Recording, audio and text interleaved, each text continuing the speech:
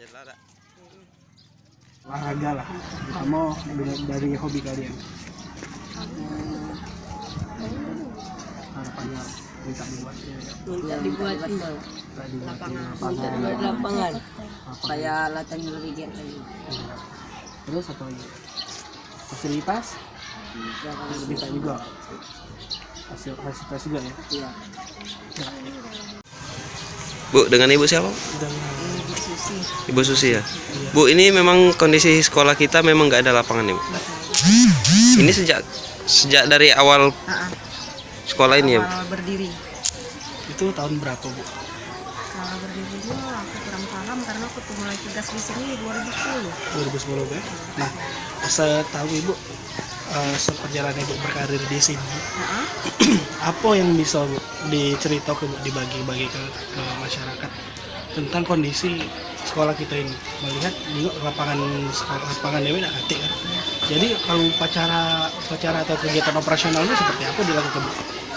Kalau khusus aku guru olahraga sendiri kan kalau upacara karena itu tidak bisa upacara karena lapangan tidak video kan. Kemudian untuk pembelajaran juga memang kita agak kesulitan.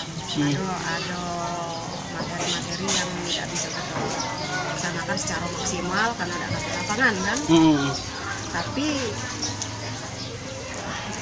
kita sebagai guru olahraga juga harus bisa menciptakan anak itu mampu mengikuti pembelajaran, kemudian juga dia bisa berprestasi kan, khususnya di bidang olahraga kan.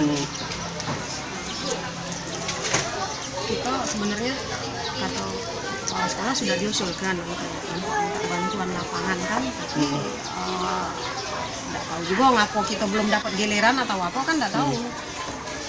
Sudah diusulkan. Itu ngusulnya tahun berapa, Bu? 2017.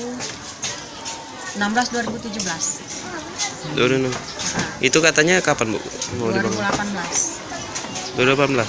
Tapi sampai 2019 ini belum ada. Belum ya. Belum ada. Tapi udah ada omongan belum? Sudah. Pengajian. Sudah pernah diukur lapangan kita nih.